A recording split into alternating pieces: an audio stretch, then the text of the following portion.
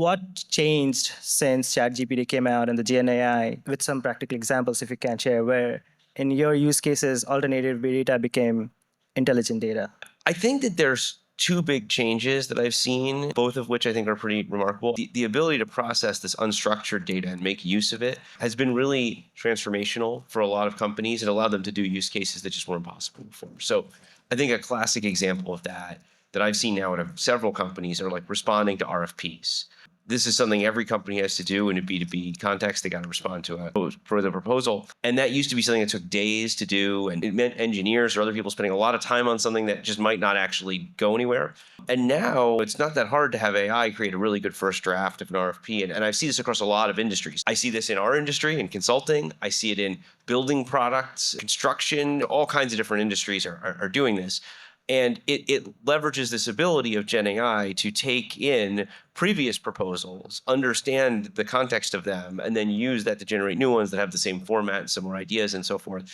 So that's the first thing that's exciting. But then the second thing I think is very interesting about this is that you actually don't need that much data to actually do useful things with it, right? Like I think with machine learning type approaches, it's just the more data, the better. You need millions of data points to get useful things. I think here, like with this RFP tool, you don't need to get every single RFP you've ever done and tag it as win-loss and do all this stuff to it in order to make it useful. You know, if you have 20, 30, 50 RFPs, that's probably enough to get a bot going that actually can do a pretty good job. And so that ability to actually make progress quickly with smaller data sets also is, I think, a pretty exciting new development. Yeah, I think it's a great point about smaller data sets and the ability to debias them and scale them. From our perspective, and it's not actually about the tooling or the workflows, but it's more about data availability. This is something that we've been evangelizing for since inception, which is data monetization. Most large companies, when you finally get a meeting with them and sit down with them and discuss, okay, we'd like to leverage your data in some way, like over the course of the 2010s and early 2020s, it was a really kind of issue that was a little contentious, and large companies had no interest. I think they've come full circle now. I think it's a byproduct of this massive data cleanup that has been occurring since late 22, as the C-suite puts a lot of pressure on their teams to leverage AI-driven technologies. The answer is typically our data is a mess.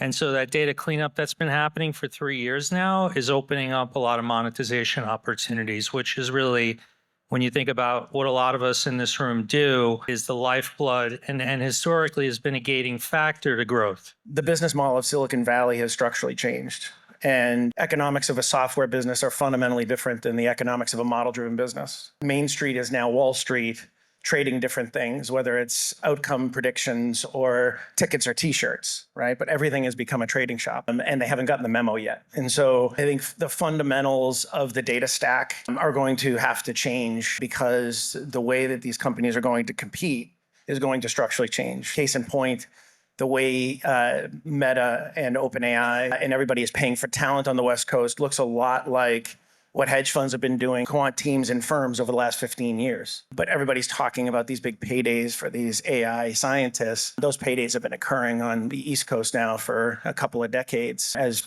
people move from firm to firm, because model-driven decisioning is what's going to drive the alpha in the valley, but they're not set up like GPLPs. So it's going to be really interesting to see how the economics of the space evolve over the next 12, 18, 24 months. Yeah, and I would say on our end, we've seen qualitative data become intelligent data. And I think a good example there is our app's ratings and reviews data.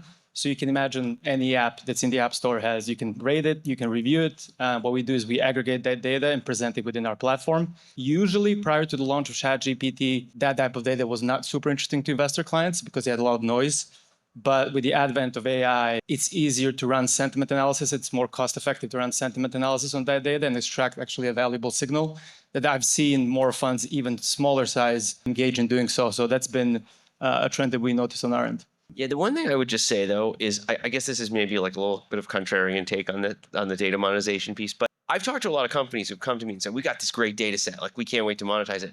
And then you look at it and like it just doesn't actually answer any questions that you couldn't answer with the amazing data sets that already exist.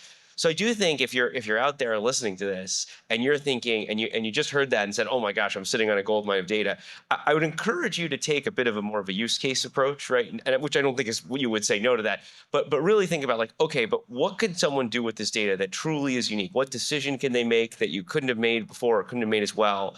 Or what problem does it solve? And then if you have an answer to that, then you maybe start with a test set and so forth and work your way to it. But I mean, I see a lot of companies that come to me and they're like, yeah, we got this amazing data set. Like we can cover like 10 million people or 20 million people or whatever. But it just doesn't actually have any signal in it.